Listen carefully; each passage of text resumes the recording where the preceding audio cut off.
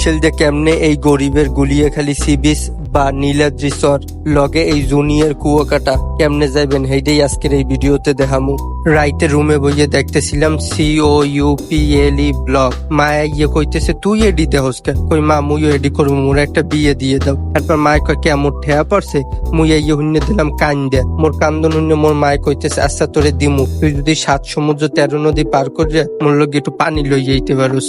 মার বাদ্য পোলার মতো গড়তে বাইরে ইয়ে রূপতলে ইয়ে পড়লাম 13 নদীর খোঁজে। প্রথম নদীতে পার হইয়া কাউরসর বিশ্ববিদ্যালয়ের সামনের দিয়ে দ্বিতীয় নদীতে পার করলাম।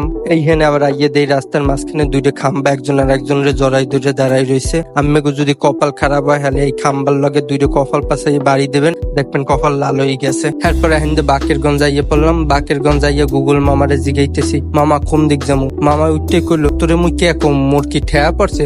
তারপরে উঠতে গেলাম একটা বিশাল বড় নদীতে। নদীটা এতই বিশাল যে এইটা দেখতে মোর প্রাক্তনের কথা মনে পড়ছে, কারণ তার বিশালতার মাঝে আমি একটুকু পাইনি ঠাই।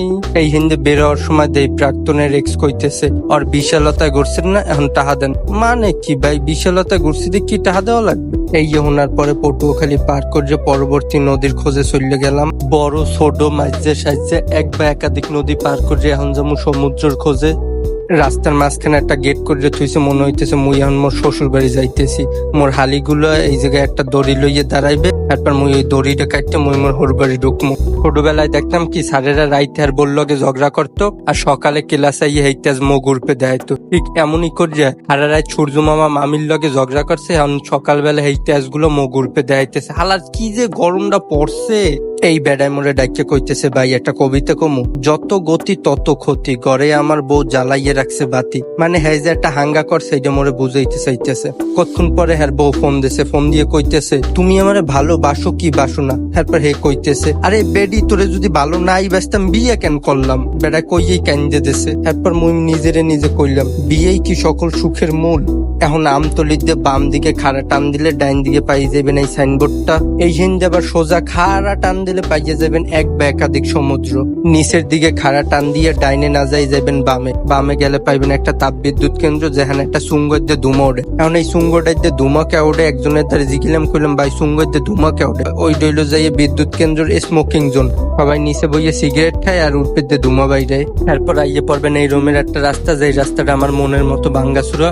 এই রাস্তাটায় নামিয়ে দেই সুন্দরবন যাইতেছি না কাউরসর যাইতেছি কিছুই বুঝতে আসি না। অনেক সাধনার পরে মোরা আইয়ে পড়লাম 7 সমুদ্রে। এইখানে আইয়ে যা বুঝলাম এইটা হইলো যাইয়ে বেডা ব্রোকেন হার্ট সমুদ্র। কোন এক বেডি এইটার হার্ট ভাঙ্গা কুয়া কুয়া বানাই দিছে। আহারে এইখানে আমের পুকুরে বইয়ে এমন জোরে ধাক্কা মারবেন যে তোর কপালটা যাই গাছের লগে বাড়ি খায়।